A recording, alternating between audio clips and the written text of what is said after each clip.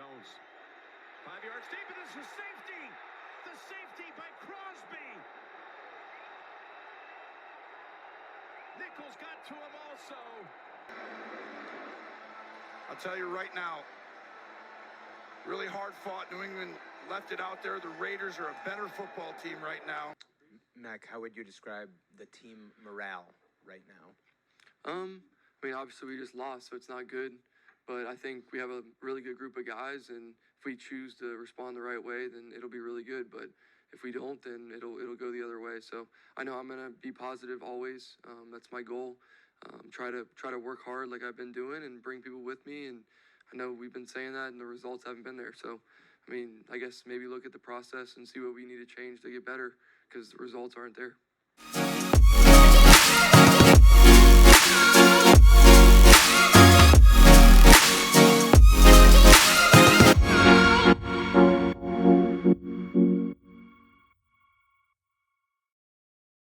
Welcome back to the Average Boston Sports Podcast. Maybe we should start calling it the Below Average Boston Sports Podcast, because this team is cheeks.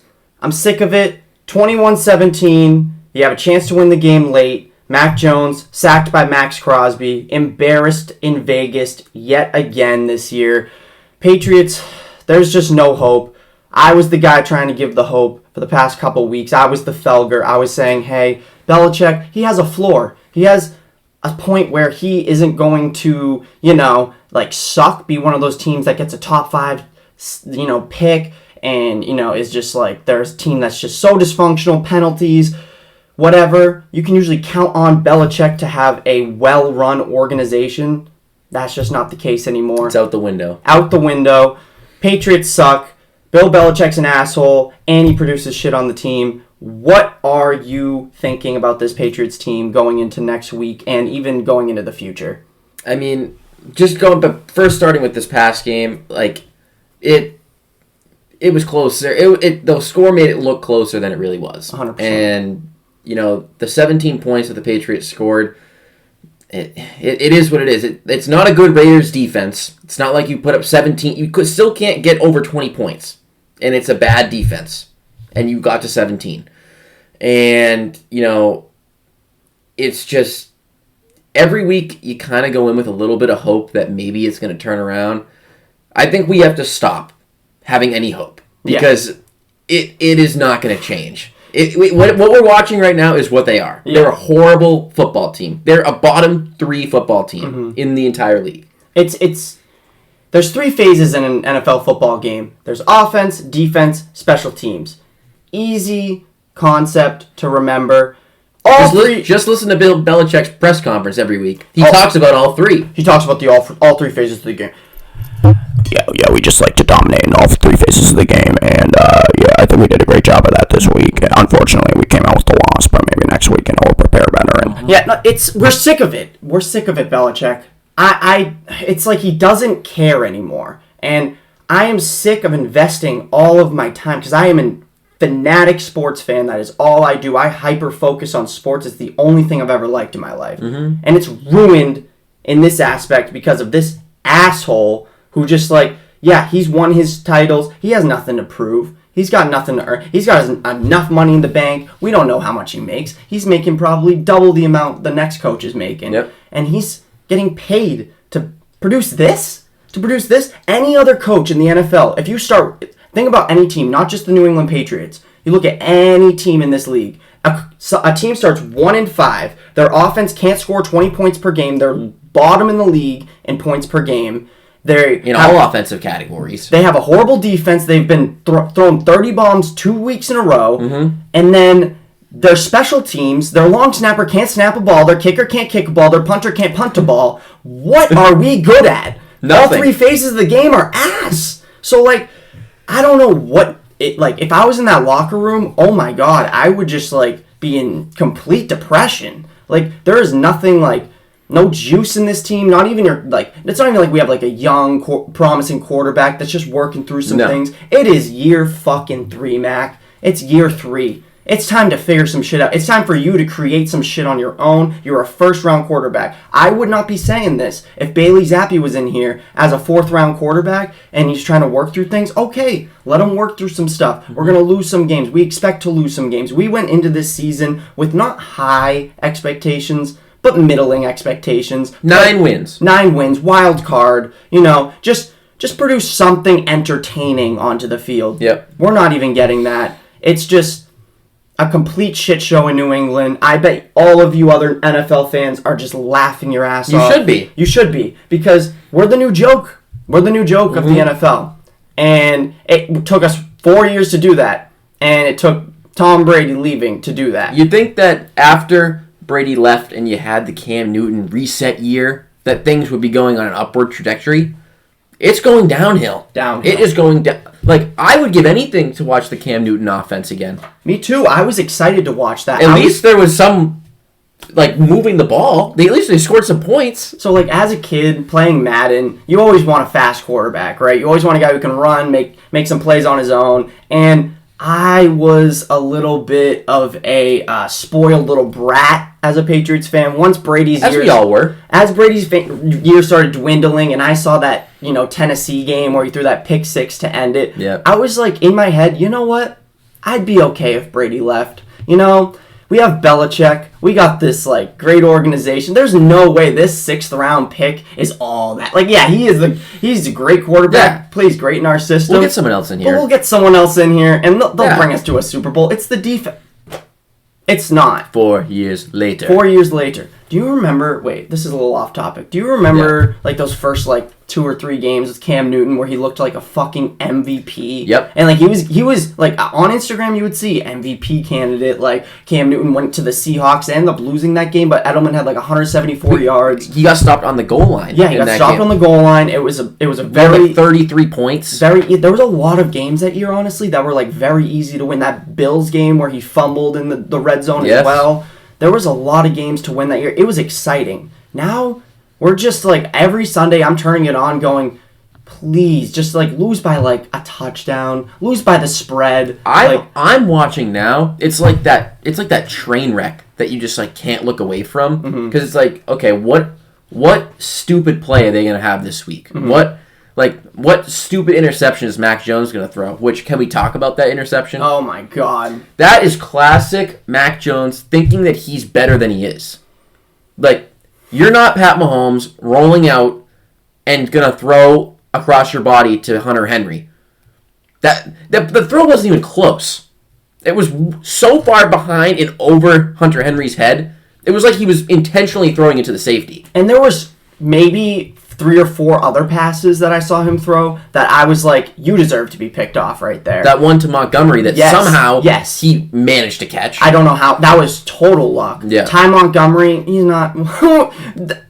I didn't even know he was still in the league until the first game of the year. Yeah. I remember that dude in Green Bay, switching from receiver to running back. I was, that's a cool guy. Yeah. I don't want him as my fucking number 1 option across the field. In a game where we're 1-5, we need to win the game. Yep. So... yeah, there's a lot of just horrible mistakes that Mac is making. It's not you can watch last year where you're oh, Mac, he's creating some stuff. He's having some good games, but clearly there's not enough around him. That Minnesota game last year. Yeah. The offense looked good. And I was you know what? Next year, if he gets a good offensive coordinator, it might work. Yep. It doesn't work. Okay? And I want the Patriots, which they have been in the past, I will give them credit for this. I want them to be proactive. I want them to clean house. Does that mean firing Belichick? Maybe. Does that mean getting rid of Mac Jones? 100%. It stinks. It's hard to watch. Yeah. And, at least for teams like Chicago and even the Vikings, they have Justin Jefferson. They have Justin Fields. They have these young talents that week in, week out, okay, they're fun to watch. Mm-hmm. We have nobody fun to watch at all. Are we getting punked?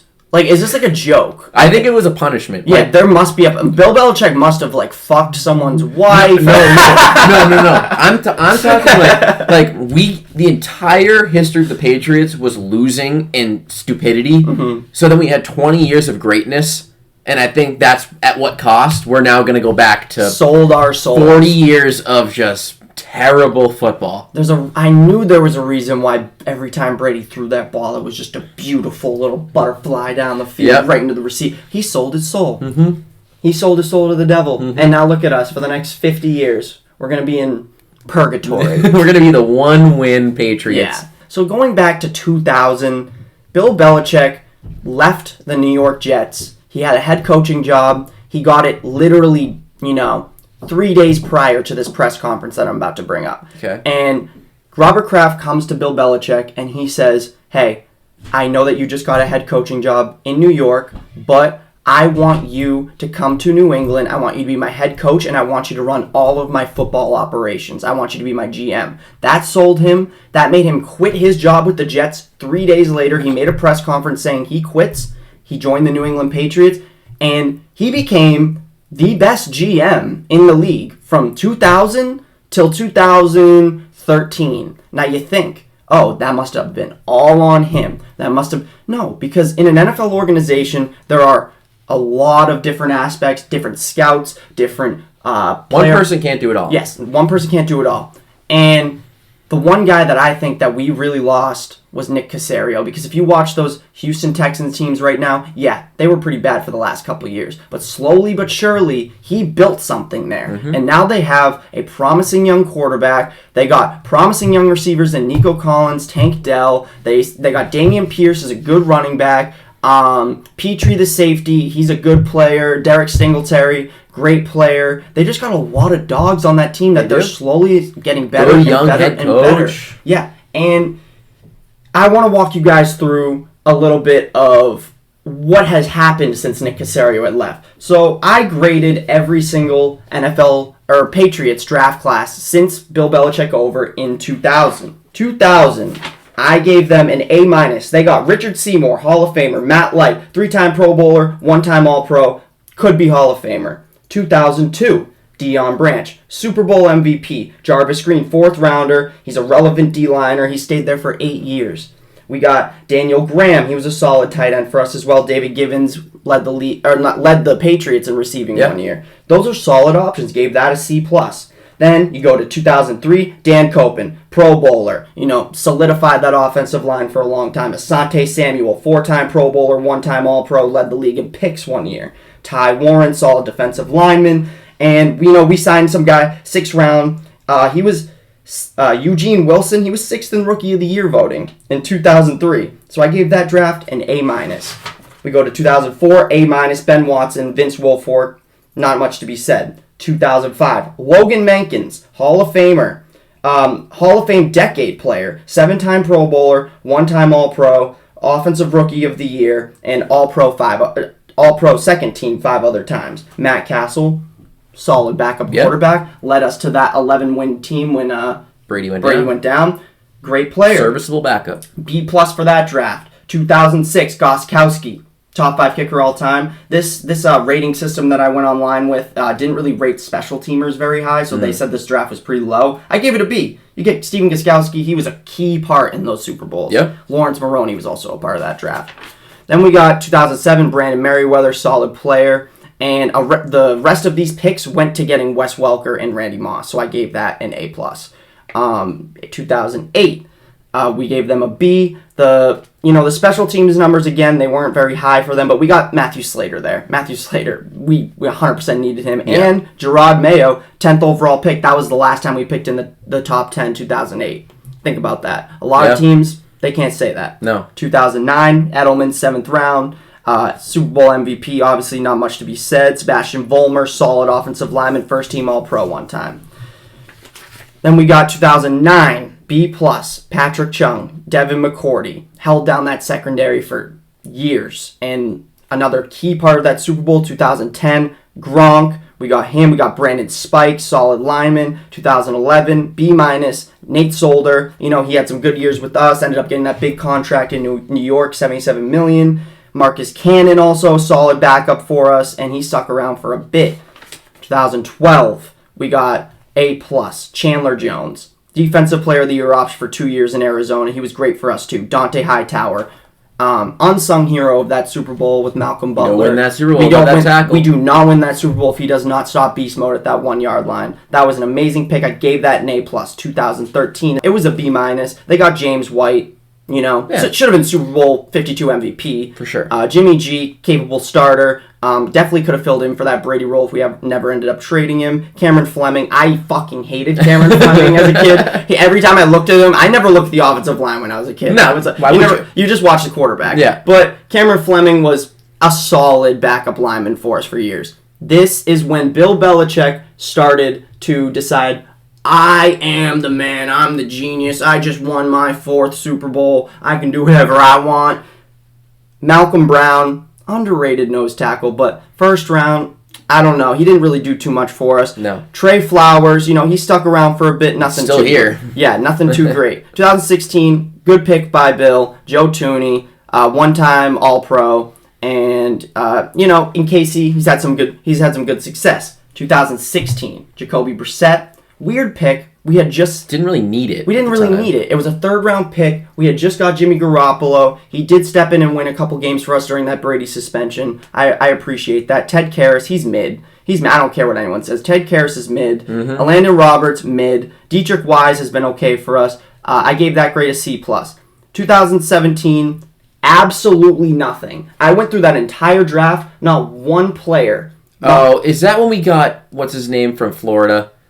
Oh, that was Coney Ely? Yes, dude. Oh my god, the first round. And was that 2017? Did he even touch the field? Maybe like 1 or 2 games. It was like, I don't even know what he was watching on the field. I saw somebody break it down on YouTube, and they were like laughing at Bill Belichick, just like McVay was laughing at the Cole Strange pick. Coney Ely. So like, slowly you're starting to see that, hey, maybe this isn't for Belichick here. 2018, one of my least favorite drafts that Bill Belichick has ever gone. I like Sony Michel. He did help us win a Super Bowl, not a 1st-round pick. No. And you took Nick Chubb's backup over him, and now Nick Chubb is, when healthy, the best running back in this league, I think, hands down. Yes. I don't care about the receiving aspect. If you want a downhill runner, a running back like New England loves a downhill runner. Ramondre Stevenson on steroids is Nick Chubb. Mm-hmm. So we could have had that. Isaiah Wynn. Do we even need to talk about Isaiah Wynn? No. Terrible. Isaiah gone with the win. Isaiah watch people go by and do a little spin is what we should call him, because he fucking sucked.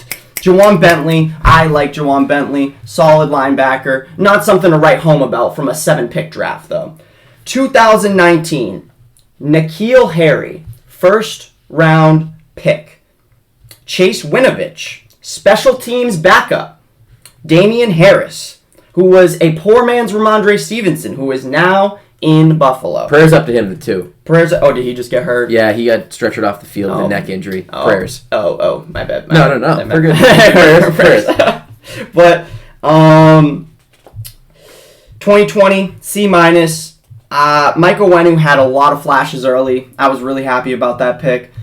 Now it's just looking like I don't know what happened. It's not like he got paid and he was like, oh, like now I can give up. Like, what happened? Like yesterday or Sunday, he was available on emergency basis. Yeah. Didn't touch the field. It seems like it's a DNP. Like it was can't stay healthy. Yes, can't stay healthy. He doesn't seem like the type of guy that can, like, as a guard, you're supposed to be able to engage your first guy, get into the second level of the defense, and hit a linebacker. And Onwenu seems like he engages his first guy, either trips and falls, or tries to engage his second guy, and the linebacker can easily just get around him. You should coach the O-line. That was a pretty good description. Like Dante Scarnecchia? I'm the new Dante Scarnecchia? Okay. Yeah. And so, yeah, I didn't really want to draft grade the 2021 class, but I'm giving it a C- right now. Mac Jones, obviously, we've said enough about that fucking guy. No signs of improvement yet. Barmore shows flashes, but he also takes so many plays off where it really affects our team, because you can try out for 3 or 4 plays. If you don't try on that 5th play, that could be a touchdown. Yep. And I see a lot of times where he's just taking plays off. His endurance isn't there. Doesn't seem like Bill Belichick's making them run those hills anymore. No, get that endurance. They got rid of that hill. Remember when we were like, oh, we used to be able to out endurance the other team. We've been running. We're fit. We can just control the game that way. hasn't worked out. Ramondre Stevenson, talent-wise, I believe that he is a top 10 back, and we drafted him in 2021. But why are we not using him like that? Why are we still treating him like, oh, we want to, manage his carries, man? Get him the ball. Get him the fucking ball. And so that's a little bit of a breakdown of what Belichick has done since 2014. Nick Caserio. Sorry, this is a little long segment here. No, we're good. It's important to look at how the roster is currently built, and this is why. And this is exactly why. It's not. I don't think Bill Belichick just had a brain aneurysm and just forgot how to coach. It was just the fact that he knows how to coach in the 2000s and 2010s. He knows what players he needs to win in the system he knows how to win in. Mm-hmm. The NFL is completely different now. We are an offensive-based league. Belichick came in when it was defense wins championships. You hear that slogan all the time. Defense wins championships. So he doesn't invest in the offense. And that's just not going to win games anymore. What was the score of the Super Bowl this past year? What was it, 40? It was high 30s. Both teams had high 30s. High 30s, and it was an offensive masterclass by both sides. And the other team, the Eagles, had a second-round quarterback going. They had Kenneth Gainwell as their starting running back. They traded for A.J. Brown, something that Bill Belichick could never do, trade for a high-profile receiver. Drafted Devontae Smith high. Oh, Bill Belichick can't draft a wide receiver to save his life. And the Eagles lost that Super Bowl despite having the best defense in the league. Yeah, and you know why the Chiefs won the Super Bowl? Is because they have the best quarterback in the league. Why do you think we won the Super Bowls back in? Oh, because we had the best quarterback. We had Tom, Patrick, Edward, Brady. So let me just put this perspective here, Patriots fans. Remember when we'd be in the playoffs 2014 and we'd get a bye in the second round, we'd see Houston and we'd be like, why even watch this game? The Chargers. Yeah, the Chargers, oh, yeah. Phillip Rivers. Fucking Brian Hoyer's going to come out here for the Texans. Brock Osweiler's going to... No, that is not going to happen. Listen to the Texans now and the Patriots now and see how much these teams can flip within 5 or 6 years. Texans now have C.J. Stroud as the number one rookie in the 2023 class, hands down. If you actually watch the games, you know C.J. Stroud has it. He just threw his first pick. And then he got it back. Yeah. They got it back the next play. Yeah. So, I want a guy like that. And it's low turnover awareness, accurate, quick reads followed by reactionary throws. Does that sound like a quarterback that we drafted with those traits that claim to have those traits? Yeah, it does a little bit. Yeah. Doesn't look like it. At all. So then they go, and then they got these sneaky little picks. They got Tank Dell, who's looked very, very good, explosive playmaker. And in a redraft, he's definitely a first-round pick. We got Will Anderson, necessary edge rusher. He's on a slow start to the year, but so was Aiden Hutchinson that year. And Aiden Hutchinson's looking like a top 5 defensive player right now. Dalton Schultz was a great pickup for them. Very good. A reliable tight end for C.J. Stroud. They knew had a young quarterback. Safety blanket. So they said, hey, we have a young quarterback. Maybe we should, get him guys that, he can rely on. Mm-hmm. Some guys that he can just dink and dunk to, a red zone threat. He has been phenomenal for them, also an underrated blocker. Nico Collins, drafted in the 3rd round, who I had some bad connotations about him just because of Madden. He sucked. He had an 88 speed. We go off of Madden. Yeah. He had an 88 speed in Madden. He sucked. No, he's legit. He could be a number 1 receiver if he continues this type of pace. Robert Woods, another great pickup for them. Just a guy kind of like Jacoby Myers, where he finds his sweet spots in the zone, gets the first downs, and he can lead that receiver room. Yep. Who is leading our receiving room right now? Crybaby Kendrick Bourne, Crybaby Devontae Parker. Devontae Parker saying, I don't know how I dropped that pass. You dropped the pass because you don't practice. He said, oh, went off my fingertips. Did not.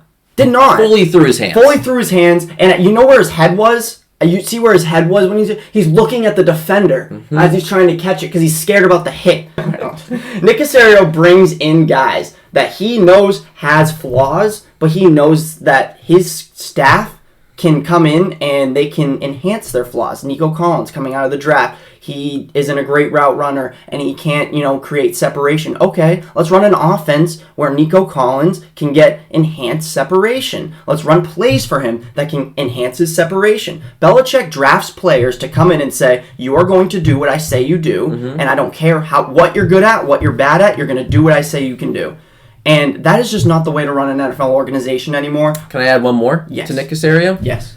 Trading for Laramie Tunsil. Was that him? I believe it was. Yeah, because that was a great pick. Yeah. No, the Dolphins had him. No, the Dolphins had him. He was smoking that funk. And then they traded him to the Texans. Yeah, and it was like for a couple firsts or something like that. But that's investing in an important position. And at the time, I was like, oh my god, this guy's a dumbass. The Texans suck. Why are you trading first-round picks for a left tackle for a quarterback that can't throw? Who was that guy? The Savage. Tom Savage they had at the time. Yes. I was like, oh yeah, Tom Savage is going to do great now with Laramie Tunsil there. No, but they kept him. They kept developing the system. And yeah, Texans fans, you guys are probably like...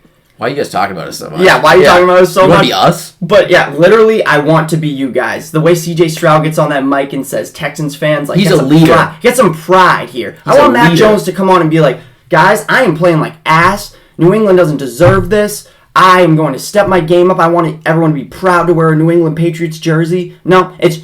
Yeah, I just kind of... Gotta go look at the film. I just gotta look at the film, and we're gonna get in the locker room, and we're gonna stay after late, and You're not staying after late.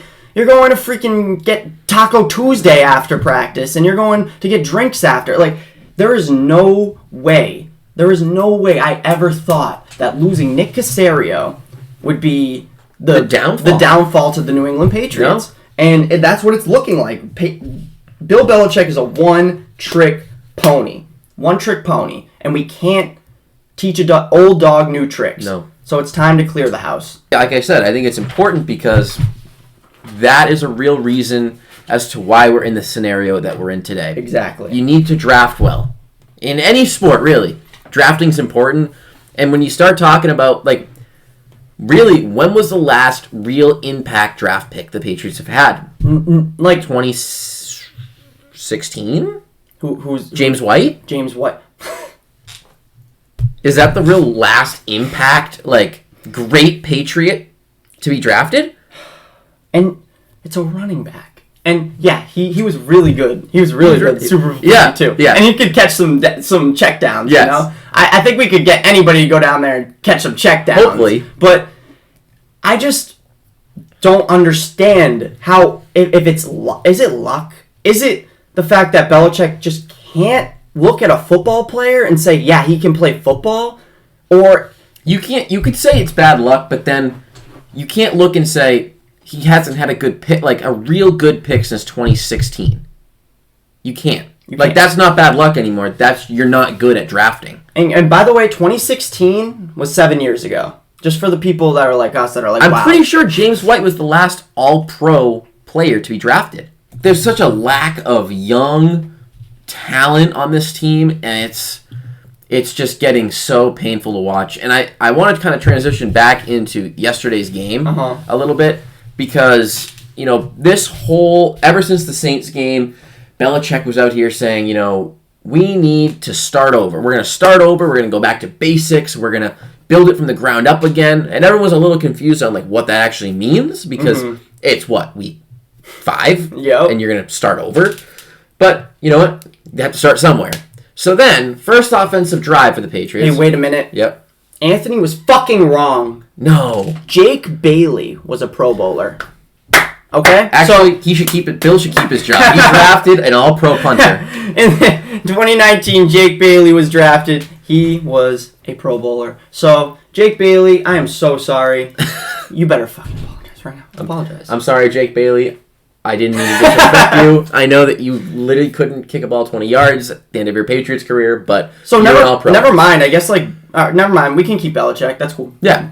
Yep. No, keep going. So what I was gonna say is talking about starting over. You go to that first offensive drive for the Patriots. Yeah. First 2 plays, 2 penalties.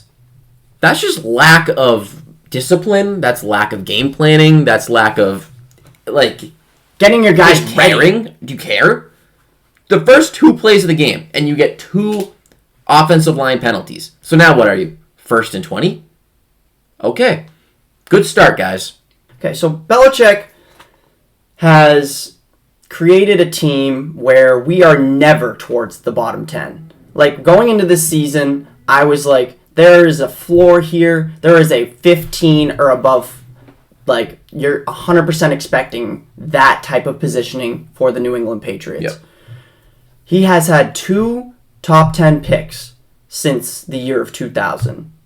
One of them being Gerard Mayo, defensive coordinator. Yep. And so now we're going into a year where we're most likely going to get a top 10 pick.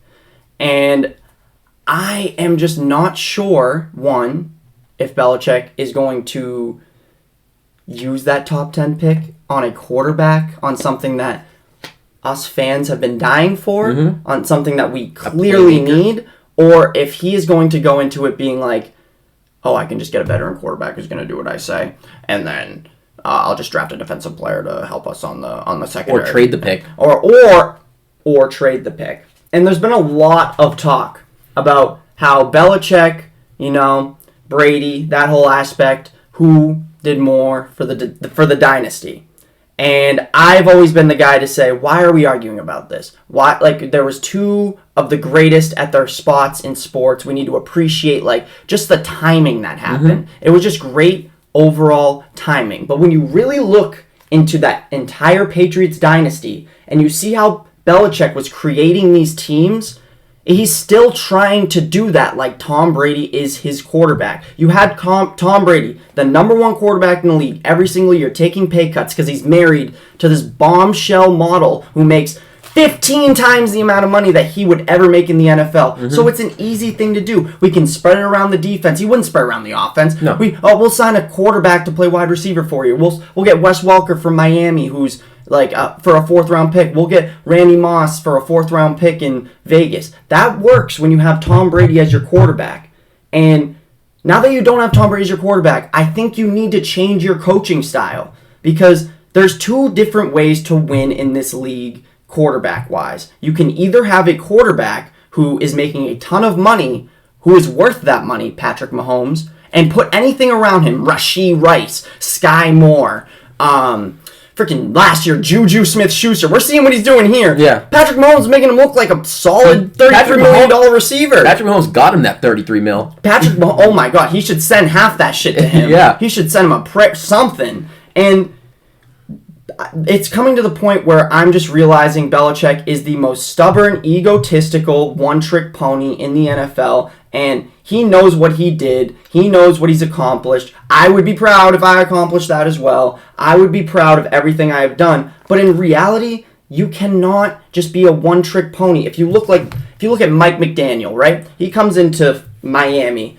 and he has a guy like Tua who's everybody is writing off. Everybody. Bad arm strength. He's a lefty. You can't win with a lefty quarterback. That's not like Steve Young. He has questionable decision making. He has He's a bit undersized. He's a bit undersized, small hands, low mobility. But Mike McDaniel came into that team. He said, Tua, I believe in you.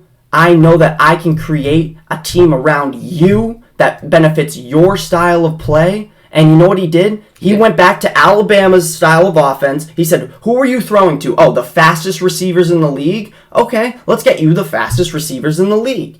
The Dolphins' offensive line is not that great. No. It is not that great. Their running backs, Raheem Mostert, 33 years old. On any other team, I think Raheem Mostert's having a great season. Any other team, not in that system, I don't know if he's going to be the top 5 fantasy running back in the league. Because the system that he runs allows these running backs to just be wide open every single time they touch the ball. Devon Achane, just up the middle, not even touched. It's like he's running track, not even playing football. And Belichick doesn't have the ego, or the less of an ego, to be like, okay, what I'm doing is wrong, and I need to create a team around a certain player who can ultimately just make them feel comfortable, make them be put in positions to win games. That's a coach's job in the NFL. And Belichick is not that. Going off of that, Yeah. the Patriot way died the minute that Tom Brady left Foxborough. The Patriot way was Tom Brady. It really wasn't Bill Belichick. And like you said, as a coach, you should not be having the players that the most important positions trying to fit into your system that you want to run. You should be incorporating those players into a system that works well and accentuates their strengths. Exactly. Like trying to jam the round peg into the square hole is never going to work. Trying to have Mac Jones do what Tom Brady did all these years is never going to work. Mm-hmm. There was only one Tom Brady, and there only will ever be one Tom Brady. Mm-hmm. So why don't we allow Mac Jones, even though he's never going to have success here, it's over for him. Mm-hmm. But from the start, they should have started fresh, and they should have been able to look back at what made Mac Jones a good college quarterback that allowed him to win a national championship and say, all right, let's do some things that made Mac great there, bring them here, and hope that he can have some success. And I thought that Bill O'Brien was that, like, going into this offseason, I honestly didn't have any optimism. There was not one, I didn't think there was one move that I could have looked at and been like, okay, there's some significant improvement here that we could, do some damage. The two things that I needed to happen were, one, obviously, get the fucking Matt Patricia, Joe Judge thing out of here and get somebody who can run an offense for Mac to come in and make him comfortable. Also, get Mac a number one receiver, because you saw Tua Tagovailoa without Tyreek Hill and Jalen Waddle. Yeah, he looked okay. He looked like Mac in his rookie year. Yeah. 20 touchdowns, 10 picks, low arm strength, but could put the ball. Yeah, he was fine. He was serviceable. Now you see Tyreek Hill, and he just gets 20 yards of separation every single time. I know Mac Jones isn't like the worst quarterback in the league. I think Mac Jones is within the top 20, which is when I can start to say there's a possibility you can win with that guy, like a Ryan Tannehill. I think he's around that type of area, but you can't expect that type of guy to be elite or even lead a top 15 offense when their leading receiver is Kendrick Bourne, and they got a guy like Devontae Parker who cries when he drops passes, and they don't use their skill guys. They don't use their skill guys. Let Tyquan Thornton run a route that gets him any sort of separation. Well, Tyquan Thornton can't put a route to memory. He can't. They need to clear house. Mac Jones' confidence out the window. The whole defense, there's reports that the defense does not have his back anymore. They've been pissed off since... I would be. Yeah, me too. I'm pissed off. Yeah. I'm not even on the team and I'm pissed off. And when I watch those games, I say we. I say we suck. Yep. Not they suck. We suck. I'm a part of you guys. Yep. And you know what?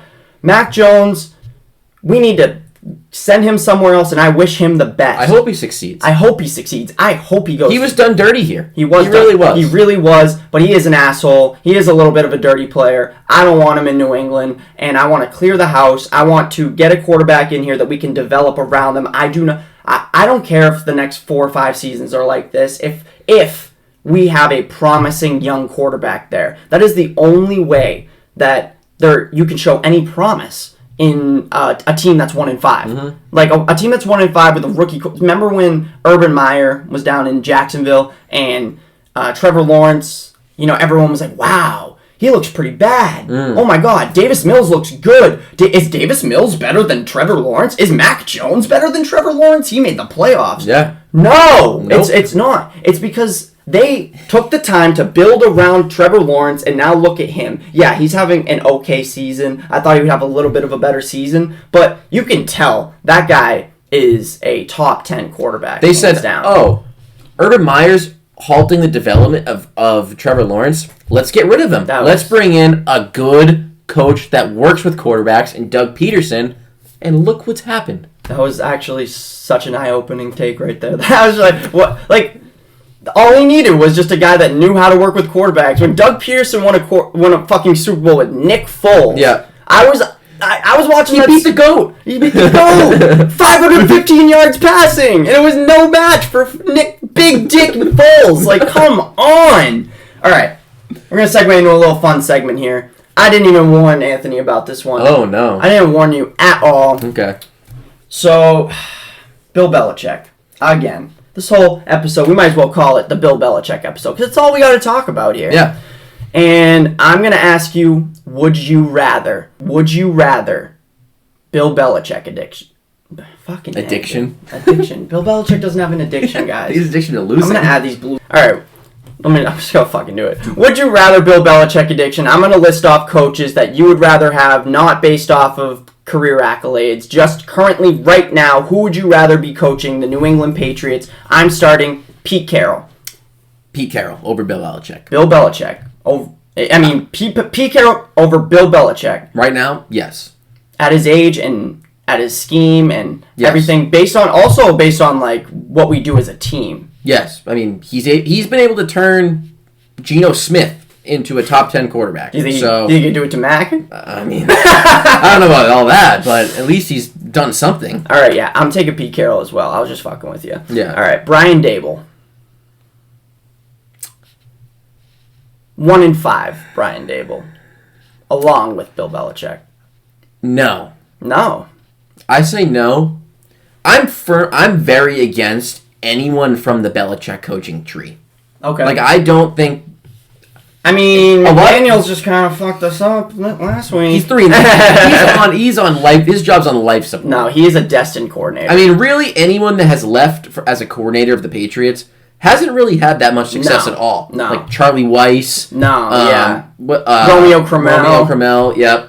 Patricia. Yeah. They all went. Well, Dable, he had a good year last year. Yeah, and I would call him from the McDermott tree, because I feel like fair. Because he became an offensive guru once he came to Buffalo. They haven't been the same since he left. And they have not been the same since he left. And I don't think that Dable's the problem in New York. I think it's one of the worst offensive lines in history. Worse than ours? Worse than ours, 100%. Andrew Thomas, yes, top 5 left tackle. But you can't just have one guy blocking 6. No. So you need to have the other 4 at least do something. And what's his name? Evan Neal. He's a tackle right now. He needs to switch to guard. I saw him last week. There was a clip of him last week. He went in for a pull, and just like I was saying with Cole. But there was one clip where, just like Cole Strange was supposed to do, he chips the nose tackle, advances to the second level, and he hits a linebacker, and Saquon follows him, and he gets 9 yards. Mm-hmm. And it was one of their only successful runs of the night. And I love Brian Dable. I love the way he encourages his players. I love that he's a modern-style offensive coach. I would 100% take Brian Dable over Bill Belichick any day of the week. All right, last one, Gerard Mayo. Would you rather have Bill Belichick or Gerard Mayo as your head coach right now? Right now. Can I say neither? And why is that? I think I've been reading and I see a lot of the same opinion that I think we talked about it last week too. The league it's an offensive league. Mm-hmm. And the good teams tend to have offensive-centered coaching. Yeah. So, bringing in another guy that's defensive-minded like Mayo is, mm-hmm. is that really the best thing for the team? Mm-hmm. Is that... I don't know. It's hard to say. And is Mayo... Is all of Belichick's, ideas and schemes and the way that he thinks been ingrained in his brain, mm-hmm. so that, it's really not going to be too much different? Mm-hmm. Now, I did read that the Crafts believe that Mayo would be more of, a management, a manager coach. Yes. So that, he's not calling plays at all. Mm-hmm. And, an offensive coordinator's calling the offensive plays, defensive coordinator's calling the defensive plays. And that's how it should be. That's how it should be, yes. Yeah. All right, so I like that. I also didn't even want to ask it because I think it's the dumbest thing ever. Don't want to bring in Bill O'Brien as the head coach. No. I think Bill O'Brien was a very underrated coach in Houston. He brought fucking Tom Savage, Brian Hoyer, Brock Osweiler to the playoffs. And, he had J.J. Watt on his team. But, in reality, he knows how to win football games, but I don't want him being our head coach, one, because he would control the offense, and right now, you're watching him control the offense. Not working at all. No. Nope. And I'm giving him leeway, because it's his first year, and he's on a multi-year deal, and he just moved his entire family up here. Yep. Give him a couple years. He might have just been like showing up for work and been like, Bill, what the fuck did you do to me? Yeah, what are those guys doing? Those guys are the equipment staff? Oh, no, those are my receivers? Oh, okay. We're going to segue right into our 3 up and 3 down. We should start calling it the 6 down because this team sucks. 53 down. 53 down. So, Anthony, I want you to start off with your first, and I want you to give me all 3. Give me your first 3 ups right now. First 3. Jabril Peppers, Kendrick Bourne, Ezekiel Elliott. Okay. Yep. Explain it! Okay. Peppers obviously had that fantastic hit on Devontae Adams that forced the turnover. Loved it, yeah. I think he's really been one of the great defensive players for the past 2 seasons. Like, as he's played, he's been awesome. Yeah. He's been a great safety for us. Really good pickup. Yes. Kendrick Bourne, he was really the only guy that could get open yesterday. 10 catches, 89 yards. Yep. I know that you said before you'd like to see him with a little bit more yard after catch. But, at this point, I'll take what I can get. Yeah. If he's able to get open and get 8 receptions, that's 8 more receptions than anyone else would be able to get. get. And that also might be a problem with the offensive scheme. If he's just getting balls like thrown in tight windows where he has no chance to get run after catch, that's not on him. No. I have to go back and watch the film. But in reality, if you have 10 catches for 8.9 yards per catch, there's something wrong there. It might not be Bourne, it might not be the offense, but you got to analyze that definitely. But yeah, keep going. And then Zeke, I thought he is definitely running better than he did last year. He looks lighter. He's getting better as the weeks go, it seems like. I agree. And, he had that little flip out to him, and he took it all the way to the house, and then there was really a soft holding penalty on Hunter Henry. You think it was real holding? That guy would have got him. I thought he went down a little easy. I thought he kind of sold it. It was one of those where, like, if no one called it, no one would have talked about it. But, like, once I saw that review, like, I think it was Gesicki who had him. Henry. Or Henry, yeah. Henry had him. And as soon as the defender tried to lunge for the tackle, he kind of, like, pulled him back. So I was like, all right, yeah. Like, I usually scream at my TV when something like that happens, and that was one of those times where I was like, you know what, all right. But it was good. It was a good burst of speed by Zeke to even get down the field. Like, it was encouraging seeing he can still do that at his age.